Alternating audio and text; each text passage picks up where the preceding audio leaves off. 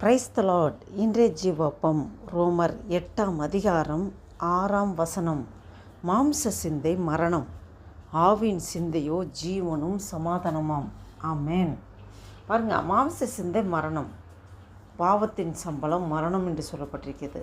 மரணம், பிசாசு நம்மளை மரணத்திற்கு மூலமாக கொண்டு செல்வதற்கு இந்த மாமிசத்தின் கிரியைகளை உட்படுத்த பார்ப்பான். அவன் கொஞ்சம் கூட அதற்கு இடம் கொடுக்கக்கூடாது. நம்ம சிந்தைகளை பரிசுத்தமாய் காத்துக்கொள்ள வேண்டும். ஆவியின் சிந்தையோ ஜீவனும் சமாதானமாம். ஆவியின் சிந்தை தேவனுக்கு அடுத்த காரியங்களை சிந்திக்கிற செயல்பாடுகள், அதை நாம் சிந்திக்கிறவர்களாக இருக்க வேண்டும்.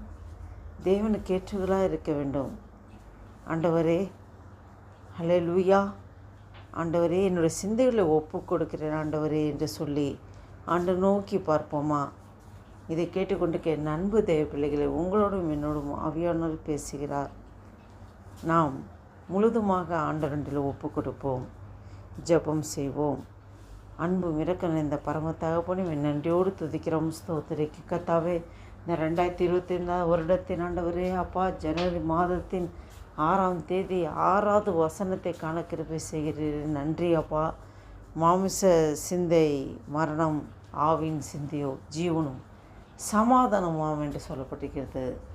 நாம் ஆவிக்குரிய சிந்தைகளை நாம் எப்பொழுதுமே அதை கடைபிடிக்கும்படி, மாமிசத்துக்குரிய சிந்தைகள் செயல்பாடுகள் நம்மளை விட்டு அகற்றும்படி முழுதுமாக அனுதினமும் தேவனடில் நம்மளுடைய கிரியைகளை ஒப்பு கொடுப்போமா? ஜெபம் செய்வோம். அன்பு இன்றைக்கு இந்த பரம தகப்பனையும் நன்றியோடு துதிக்கிறோமையா, ஸ்தோத்திரிக்கிறேன். இந்த அருமையான நாளைக்கு நன்றி செலுத்துகிறோம். விசேஷக ஆண்டவரே அப்பா, ஸ்தோத்திர கர்த்தாவே, 2020 வருடத்தின் ஜூன் மாதத்தின் 16ஆம் தேதி கணக்கிருபை செய்கிறேன். நன்றி அப்பா. பலந்தந்திர சுகந்திர நன்றி அப்பா. ஆசீர்வதிங்க, பலப்படுத்துங்க, பாதுகாத்துக்கொள்ளுங்க ஆண்டவரே. உம்முடைய சித்தத்தின் முடிய எங்களை வழி நடத்துங்க. நீர் அப்படியே செய்கிறதுக்கு நன்றி செலுத்துகிறோம். ஆசீர்வதிங்க, பலப்படுத்துங்க. இயேசு கிறிஸ்துவின் நாமத்தினால ஜெபிக்கிறோம். ஜீவனுள்ள நல்ல பிதாவே.